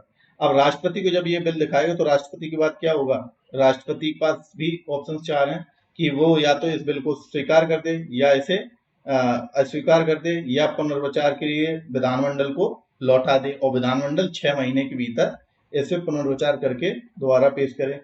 और जो पुनर्विचार, अब यहाँ पे ये इंपॉर्टेंट पॉइंट है, ये याद रखना कि संविधान इस बारे में मौन है कि पुनर्विचार के बाद राष्ट्रपति क्या करेगा। मतलब कि रिकंसिडरेशन के लिए जो है भेजता है अगर गवर्नर, तो गवर्नर तो दोबारा आएगा तो वो एक्सेंट दे देगा, मतलब उसे पास करना ही पड़ेगा, ये स्वीकृति देने के लिए अनिवार्य रूप है। लेकिन जब अगर ये बिल कहाँ पे आगे पोस्टपोन्ड हो गया, किसके लिए आगे प्रमोट कर दिया गया, राष्ट्रपति के द्वारा प्रमोट कर, सॉरी, गवर्नर ने राष्ट्रपति को दे दिया, तो राष्ट्रपति जब पुनर्विचार के लिए लौटाता है विधानसभा को, तो फिर दोबारा क्या करेगा ये कहीं पे भी नहीं लिखा है कि वो उसे असेंट देगा या नहीं देगा, कुछ भी नहीं लिखा है। ओके, तो यहाँ पे याद रखना है। अब money bill as it is same है, एज इट इज, ठीक है। तो धन विधेयक केवल विधानसभा में ही पेश किया जाता है जैसे वहां पर लोकसभा में, और केवल राज्यपाल की सिफारिश पर, जैसे कि वहां पर प्रेसिडेंट की सिफारिश पर ही आता था, तभी इस पर वीटो नहीं होती थी, यहाँ पे भी वीटो नहीं होगी। और धन विधेयक एक सरकारी विधेयक सार्वजनिक के लिए है। धन विधेयक केवल मंत्री ही प्रस्तुत कर सकते हैं, सेम है एज इट इज। धन विधेयक विधान परिषद में नहीं प्रस्तुत होगा जैसे वहां राज्यसभा में नहीं प्रस्तुत होता था, ठीक है। और धन विधेयक पारित हो जाता है तो विधान परिषद को भेजा जाता है, विधान परिषद उसको स्वीकार करे ना करे, जो कुछ करे उसका कोई भी मतलब नहीं है। विधान परिषद उसमें संशोधन नहीं कर सकती, विधान परिषद केवल सिफारिश दे सकती है, और विधान परिषद जो सिफारिश देती है 14 दिन के भीतर उसे धन विधेयक को वापस करना पड़ेगा। अगर नहीं किया तो वो ऑटोमेटिक पास माना जाता है। सेम प्रोसीजर है कि अगर विधान परिषद के पास बिल आया है मनी बिल और उसमें संशोधन किया या संशोधन किया वापस कर दिया, तो विधानसभा माने या ना माने, या उसने क्या किया विधान परिषद ने अब उसके पास बिल आ गया और उसने क्या किया वो 14 दिन तक रखे रहा और उसने कोई जवाब नहीं दिया, तो क्या ऑटोमेटिक वो बिल पास माना जाता है, ठीक है। और विधानसभा को विधान परिषद की जो सिफारिश है वही सेम चीज लिखी है कि स्वीकार करे या ना। तो ये धन विधेयक में राज्यपाल की भूमिका क्या है कि सेम है कि स्वीकृति देनी ही पड़ेगी, धन विधेयक को अपनी स्वीकृति दे सकते हैं, धन विधेयक को पुनर्विचार के लिए नहीं लौटा सकते जैसे कि प्रेसिडेंट, क्योंकि इन्हीं की सहमति से आगे देखा था ना, केवल राज्यपाल की सिफारिश से कोई बिल आ रहा है तो उसे क्यों पुनर्विचार के लिए लौटाएंगे, तो ये नहीं लौटा सकते, ठीक। तो ये पॉइंट है, जैसे कि वहां पे था राज्यपाल धन विधेयक को स्वीकृति देने से इनकार नहीं कर सकते, सेम है जैसे कि वहां पे नहीं प्रेसिडेंट कर सकते थे। ओके, बिल्कुल एज इट इज है, आप लोग देख लेना ये चीज। जो ये वीडियो पहली बार देख रहा है वो पिछले वाले मेरे लेक्चर देख ले, तो आपको ये चीजें मैंने तब भी ये 2-2 बार 5-5 बार एक चीज बोल दी है। वहां पे से अगर आप लोग एक बार पढ़ के आएंगे तो यहाँ पे ये मुश्किल से ये वीडियो 2x पे आप देखेंगे तब भी आपको सारा कुछ क्लियर हो जाएगा। अब chief minister just like prime minister as it is, copy that. जैसे कि डिफेक्टो हेड, यहाँ पे ये क्या था, डिफेक्टो हेड है कौन, प्राइम मिनिस्टर, सॉरी, जैसे वहां पे प्राइम मिनिस्टर था डिफेक्टो, यहाँ पे कौन है, मुख्यमंत्री है, स्टेट में मुख्यमंत्री है। और डीजीओरे हेड यहाँ पे क्या है, राज्यपाल है, वहां पे डीजीओरे हेड कौन था, प्रेसिडेंट है। यानी कि काम तो सब उसके बेसिस पर होते हैं, गवर्नर के बेसिस पर यहाँ पे, जैसे कि वहां पे प्रेसिडेंट के बेसिस पर, लेकिन एक्चुअल में हेड कौन होता है गवर्नमेंट का, वो मुख्यमंत्री होता है। जैसे कि यहाँ पे स्टेट में मुख्यमंत्री और केंद्र में प्रेसिडेंट, सॉरी, प्राइम मिनिस्टर होता है, ठीक। तो डिफेक्टो हेड जैसे पीएम था, यहाँ पे मुख्यमंत्री है, सेम पीएम के इक्वल है, ठीक। पीएम के जैसे काम है, जहाँ डिफरेंस है वो देख लेंगे। अब ये आर्टिकल नंबर 164 के अनुसार क्या है कि मुख्यमंत्री की नियुक्ति राज्यपाल द्वारा की जाती है। अब अगर हम लोगों को याद, अब अगर पिछले वीडियो आप लोग देखेंगे या आपको याद होगा तो इसमें क्या होगा, इसमें क्या करते हैं हम लोग, अगर इसमें 89 माइनस करते हैं, -89, तो कौन सा आर्टिकल आ जाएगा, आर्टिकल आ जाएगा 75। तो उसमें क्या था, आर्टिकल नंबर 75 में सेम चीज थी कि प्राइम मिनिस्टर की नियुक्ति कौन करेगा, प्रेसिडेंट करेगा। ऐसे ही यहाँ पे 164 में क्या आ गया कि मुख्यमंत्री की नियुक्ति कौन करेगा, राज्यपाल करेगा। फिर अन्य मंत्रियों की नियुक्ति राज्यपाल के द्वारा मुख्यमंत्री की सलाह पर, जैसे कि वहां पे प्राइम मिनिस्टर की सलाह पर। मंत्री राज्यपाल की इच्छा पर पद पर बने रहते हैं और मंत्रिपरिषद राज्य विधानसभा के प्रति सामूहिक रूप से उत्तरदायी होते हैं और गवर्नर के प्रति इंडिविजुअली रूप से उत्तरदायी होते हैं, ठीक। जैसे कि same as it is copy वहां पे भी अगर आप लोग देखेंगे, ये क्या था, लोकसभा जो है सामूहिक रूप से किसके प्रति उत्तरदायी थी, जो मंत्रिपरिषद है, काउंसिल ऑफ मिनिस्टर थी, वो सामूहिक रूप से लोकसभा के प्रति उत्तरदायी थी, ओके। और इंडिविजुअल रूप से प्रेसिडेंट के प्रति। ऐसे ही यहाँ पे कि जो सामूहिक रूप से काउंसिल ऑफ मिनिस्टर है जो, वो किसके प्रति है उत्तरदायी, विधानसभा के प्रति उत्तरदायी है। अब इसके बाद ओथ सेम है, मुख्यमंत्री पद की राज्यपाल दिलाता है, कार्यकाल जब तक इच्छा हो। और फिर उसके बाद रेजिग्नेशन, ये राज्यपाल को अगर रेजिग्नेशन देगा मुख्यमंत्री तो क्या होगा, इसका मतलब क्या हुआ कि उस पार्टी के पास बहुमत नहीं है। मुख्यमंत्री ने अगर जो है रेजिग्नेशन दिया, तो जो काउंसिल ऑफ मिनिस्टर है मुख्यमंत्री की, जैसे कि वहां पे प्राइम मिनिस्टर और काउंसिल ऑफ मिनिस्टर दोनों क्या थे, दोनों लिव एंड सिंक टुगेदर थे, मतलब कि या तो जिएंगे साथ मरेंगे साथ।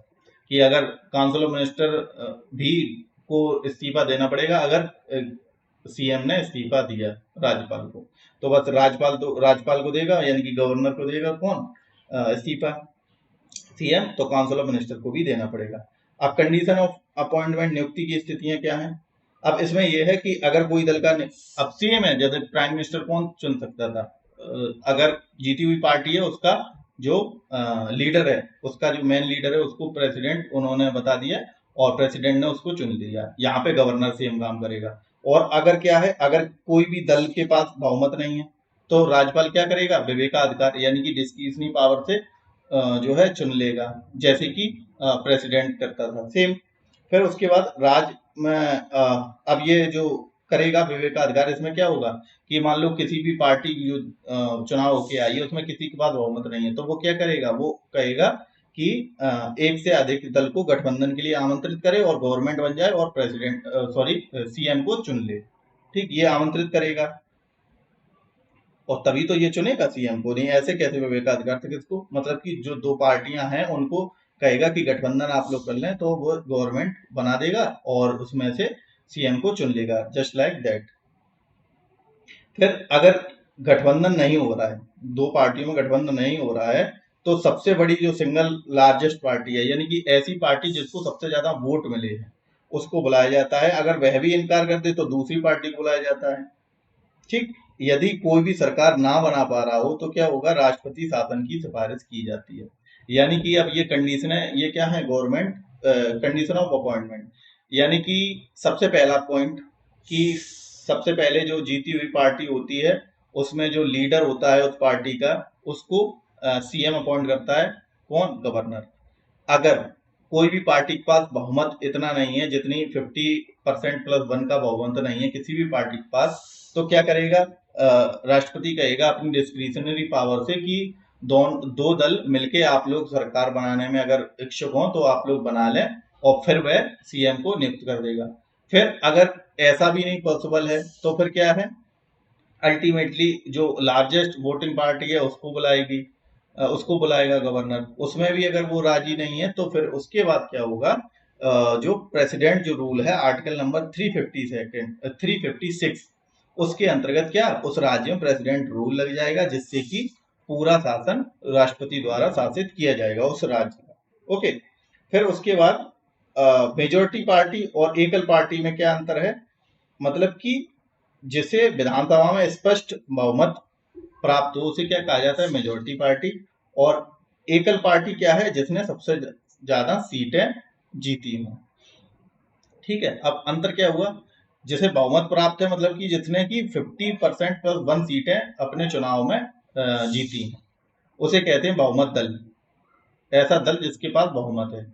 और एकल पार्टी क्या होती है, जिसने की वोटिंग तो सबसे ज्यादा हुई है लेकिन उसे इतनी वोटिंग भी नहीं हुई है, उसकी मतलब उसने इतनी भी सीटें नहीं जीती हैं कि वह अपनी सरकार बना सके, यानी कि उसे बहुमत मिल सके, तो बहुमत से कम लेकिन सबसे ज्यादा वोट, तो उसे कहते हैं एकल पार्टी।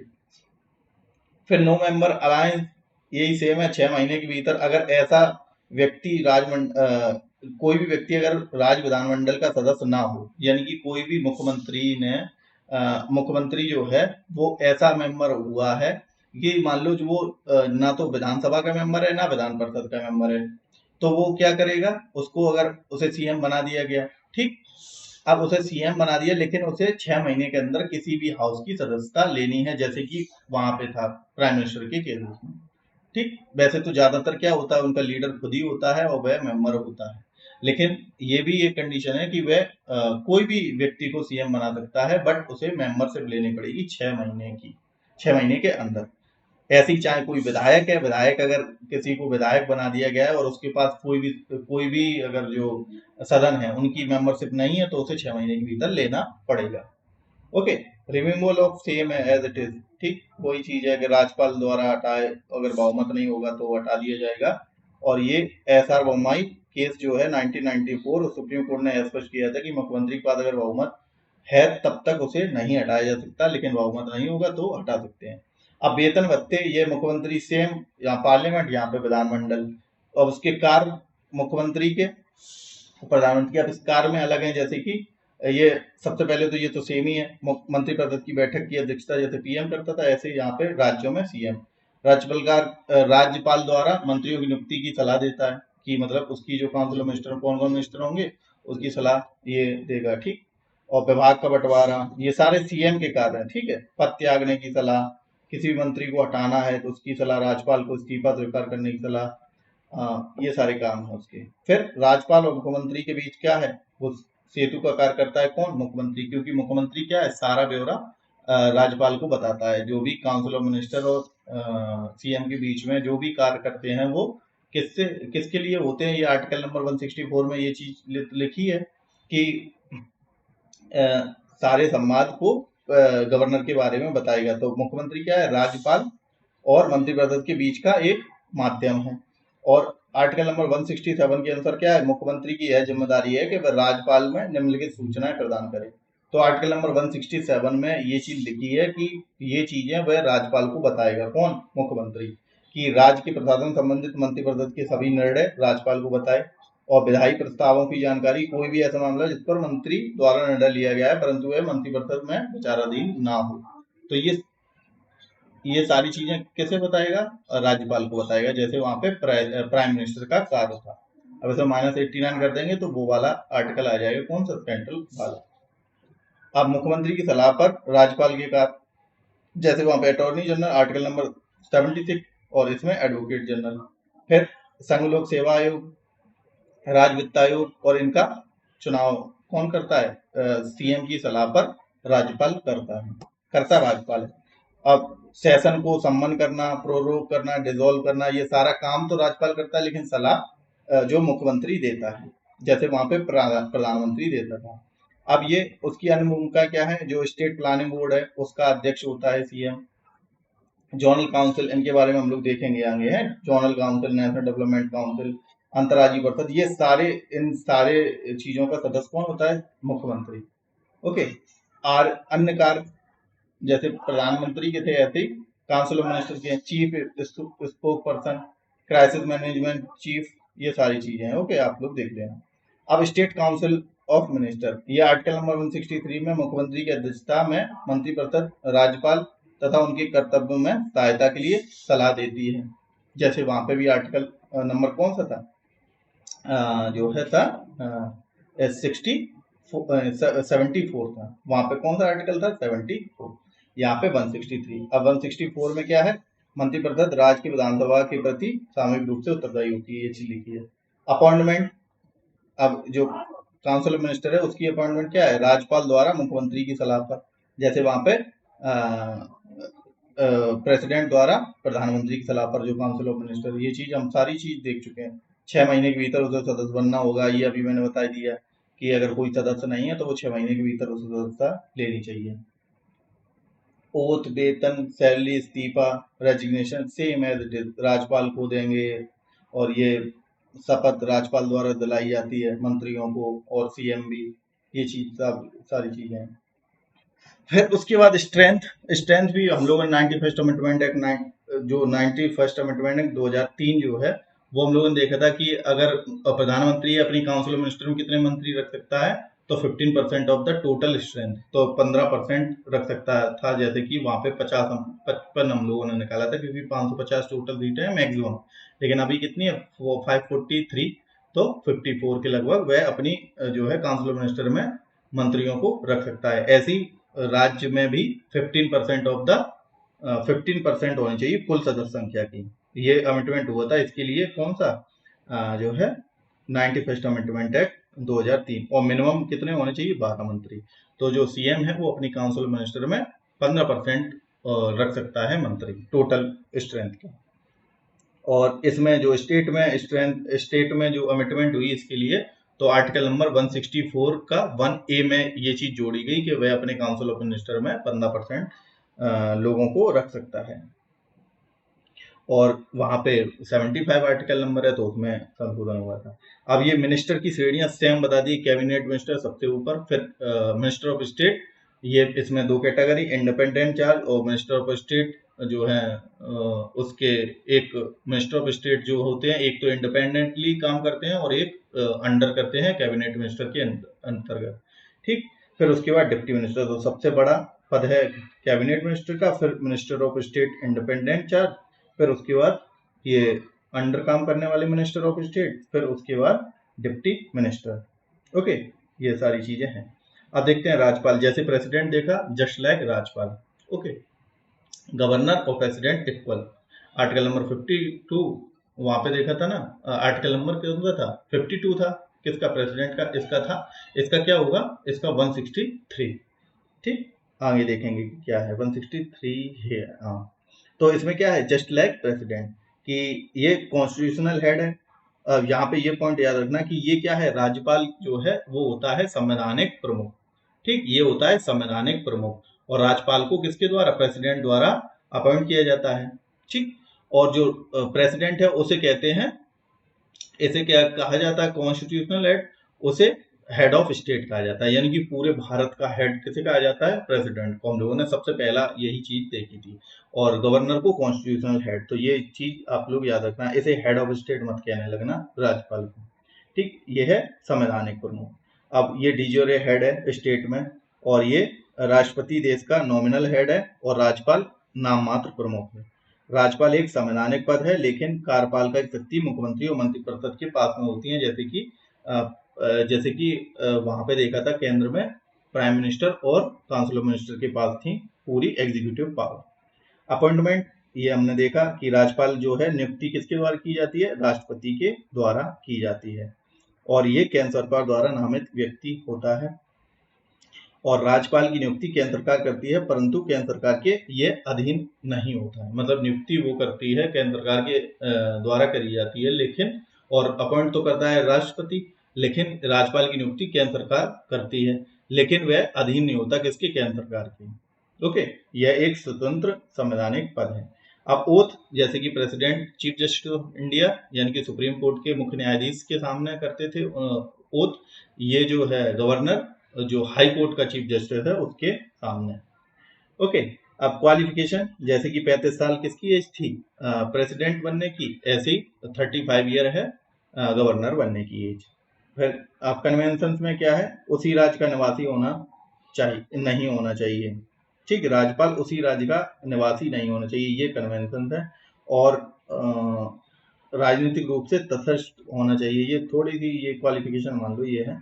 और इसमें इसकी नियुक्ति के लिए, राज्यपाल की नियुक्ति के लिए किसकी परामर्श ली जाती है, उस राज्य के मुख्यमंत्री की परामर्श ली जाती है। और राष्ट्रपति को राज्यपाल की नियुक्ति के लिए केंद्रीय मंत्रिपरिषद की सलाह भी लेनी पड़ेगी, क्योंकि हर काम कौन करता है, काउंसिल ऑफ मिनिस्टर से जो है कन्वर्सेशन करने के बाद ही। अब कंडीशंस क्या है, संसद और राज्य विधानमंडल के किसी भी सदन का सदस्य नहीं होना चाहिए। जो ये राज्यपाल है वो संसद या राज्य विधानमंडल की किसी भी सदन का सदस्य नहीं होना चाहिए, जो राज्यपाल है। यदि कोई व्यक्ति राज्यपाल नियुक्त होता है और पहले से वो सांसद या विधायक है, यानी कि जो पार्लियामेंट या विधानमंडल का किसी भी हाउस का सदस्य है, तो वह उसे अपना पद त्यागना होगा, स्वतः त्याग देता है, और ऑफिस ऑफ प्रॉफिट नहीं होना चाहिए। वो इसी है। सैलरी संसद द्वारा निर्धारित की जाती है। ठीक, राज्यपाल का जो वेतन है संसद द्वारा। ठीक, अब ये यहाँ पे ये पॉइंट जरूर याद रखना, ये राज्य में काम कर रहा है लेकिन इसे सैलरी कहाँ, ये संसद द्वारा यानी कि पार्लियामेंट द्वारा दी जाती है यूपी, क्योंकि ये केंद्र द्वारा, यहाँ पे हम लोगों ने देखा कि केंद्र सरकार द्वारा ये नामित व्यक्ति होता है, और राज्यपाल की नियुक्ति केंद्र सरकार द्वारा की जाती है, तो इसे पैसे भी कहाँ से मिलेंगे, वहीं से मिलेंगे, संसद द्वारा निर्धारित किए जाते हैं। टर्म कोई फिक्स नहीं है, टर्म जो है इसका 5 साल नहीं है, इसका मतलब फिक्स नहीं है, ये केवल राष्ट्रपति की इच्छा अनुसार ये इसका टर्म होता है। ओके, तो ये पॉइंट आपको याद रखना है, यहाँ पे गलती हो सकती है। फिर राष्ट्रपति द्वारा हटाया जाएगा। रेजिग्नेशन भी राष्ट्रपति को अपॉइंट कर, राष्ट्रपति को रेजिग्नेशन, इसका कोई भी फिक्स टर्म नहीं है, और किसी भी समय हटा सकते हैं। ट्रांसफर, एक दूसरे राज्य में ऐसे ट्रांसफर भी किया जा सकता है, मतलब जो गवर्नर है वो एक राज्य से दूसरे राज्य में ट्रांसफर भी किया जा सकता है। और रीअपॉइंटमेंट भी किया जा सकता है। अब इसमें क्या है, एक इम्पोर्टेंट जो कॉन्स्टिट्यूशन अमेंडमेंट है, 7th कॉन्स्टिट्यूशनल अमेंडमेंट एक्ट 1956, इसके अकॉर्डिंग क्या है कि एक जो गवर्नर है, एक गवर्नर दो राज्यों को, स्टेट 1 स्टेट 2 का कॉमन गवर्नर भी हो सकता है। ओके, तो ये याद रखना। फिर इसका निवास राजभवन में होता है और कोई भी सिक्योरिटी टेन्योर प्राप्त नहीं है, मतलब राज्यपाल को कार्यकाल की कोई भी सुरक्षा प्राप्त नहीं है। अब ये कार्य, अब जैसे कि राष्ट्रपति के कार्य थे ऐसे ही हैं, लेकिन इसमें से कौन से कार्य जो है वो भिन्न है किससे, राष्ट्रपति से, ये बस हम लोगों को याद रखना है। जैसे कि executive power, legislative power, judicial power और फाइनेंशियल पावर, ये 4 पावर वहां पे भी थी। अब लेकिन प्रेसिडेंट पावर एक्स्ट्रा कौन कौन सी पावर है, गवर्नर की जो पावर है वो कहाँ पे कम है, किससे, प्रेसिडेंट से। तो इनके पास कौन सी, कोई भी राजनयिक पावर नहीं है, सैन्य मिलिट्री पावर नहीं है और आपातकालीन वाली कोई भी पावर नहीं है, यानी कि गवर्नर जो है इन 3 पावर में कमी है। ठीक, प्रेसिडेंट के पास ये भी पावर होती हैं, राजनयिक, सैन्य और आपातकालीन शक्तियां। तो ये लाइन आपको याद रखनी है। अब जो इसका एग्जीक्यूटिव पावर है, सेम है कि ये मुख्यमंत्री व अन्य मंत्री हैं उनकी जो है नियुक्ति करता है, advocate general, state election commissioner, okay, और संघ लोक सेवा के अध्यक्ष और सदस्य को चुनने में, और विभिन्न विश्वविद्यालयों के जो वाइस चांसलर की नियुक्ति, और जो आर्टिकल 356 है जो प्रेसिडेंट रूल कहते हैं, स्टेट इमरजेंसी कहते हैं, उसके अंतर्गत जो है राष्ट्रपति शासन की सिफारिश करना भी इसकी एग्जीक्यूटिव पावर के अंतर्गत आता है। कि यह स्टेट में, जो हम लोगों ने अभी स्टार्टिंग में पढ़ा था कि अगर जब अपॉइंटमेंट पढ़ रही थी काउंसिल ऑफ मिनिस्टर की, कि अगर कोई भी बहुमत नहीं हो रहा है तो स्टेट इमरजेंसी के लिए ये क्या कर सकता है, सिफारिश कर सकता है। फिर राज्यों विश्वविद्यालयों के चांसलर होते हैं कौन, राज्यपाल। हम लोगों ने देखा है कि जो राज्यपाल होते हैं वो स्टेट में जो भी यूनिवर्सिटी हैं उनके चांसलर होते हैं। अब फिर लेजिस्लेटिव पावर यानी कि विधायी शक्ति कौन कौन सी है, एंग्लो इंडियन, ये तो हटा ही दिया गया मनोनीत वाला। फिर उसके बाद विधान परिषद में 1/6 पद, ये हम लोगों ने देख लिया कि 1/6 पद कौन नॉमिनेटेड करता है विधान परिषद में, ये हम लोगों ने देख लिया था, जो कि ये फील्ड थे, हम लोगों ने क्लास वर्ड से याद किया था अभी। ओके, तो वही चीज है। फिर सेशन जो है विधानसभा और विधान परिषद के सेशन की सम्मन और प्रोरोग, यानी कि उन्हें शुरुआत करना, स्थगन करना, हर आम चुनाव के बाद संसद को संबोधित करना, सेम है। बिलों पर असेंट देना, विदोल्ड करना, मनी बिल को वापस नहीं भेज सकता पुनर्विचार के लिए, ये सारी चीजें वही सेम है। और फिर विधान परिषद का स्थायी सदन है, इसे भंग नहीं किया जा सकता लेकिन इसे अबॉलिश किया जा सकता है। ये हम लोगों ने डिफरेंशिएशन देख लिया था कि राज्यसभा और विधान परिषद में क्या डिफरेंस है, कि यह विधान परिषद का जो स्थायी सदन है इसे भंग नहीं किया जा सकता, लेकिन इसे समाप्त करता है कौन, राज्यपाल कर सकता है, तो इसकी लेजिस्लेटिव पावर है। फिर हर वर्ष की शुरुआत में राज्यपाल विधानमंडल को संबोधित करता है, आमतौर पर बजट सत्र होता है फरवरी में। हर आम चुनाव के बाद पहले सत्र में राज्यपाल मिलता है। ये सारी क्या है, विधायी पावर है, ये आप लोग देख लेना, सेम है वही।